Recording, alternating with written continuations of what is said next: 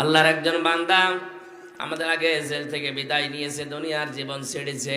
কারারক্ষী আমার বলছিল, হুজুর এই লোকটার যেদিন ফাঁসি হবে সন্ধ্যাবেলা আমার ডিউটি শুরু হয়ে গেল। ওনারে বললাম, স্যার মাত্র আর 3 ঘন্টা আছে, আপনি প্রস্তুতি নেন। উনি আমারে বলছে, কারারক্ষী ভাই এখনো 3 ঘন্টা আছে, আমি 2 ঘন্টা ঘুমিয়ে নেই। দেখলাম ঠিক ঘুমিয়ে গেল। 9টার সময় ওরা ডাক দিলাম, ওঠার পরে গোসল করে ওযু করে নামাজ 2 রাকাত পড়ে আমারে বলছে, চলেন। সুন্দর জামা কাপড় পরে মনে হচ্ছে লোকটা শ্বশুর বাড়ি যাওয়ার জন্য ব্যস্ত হয়ে গেছে।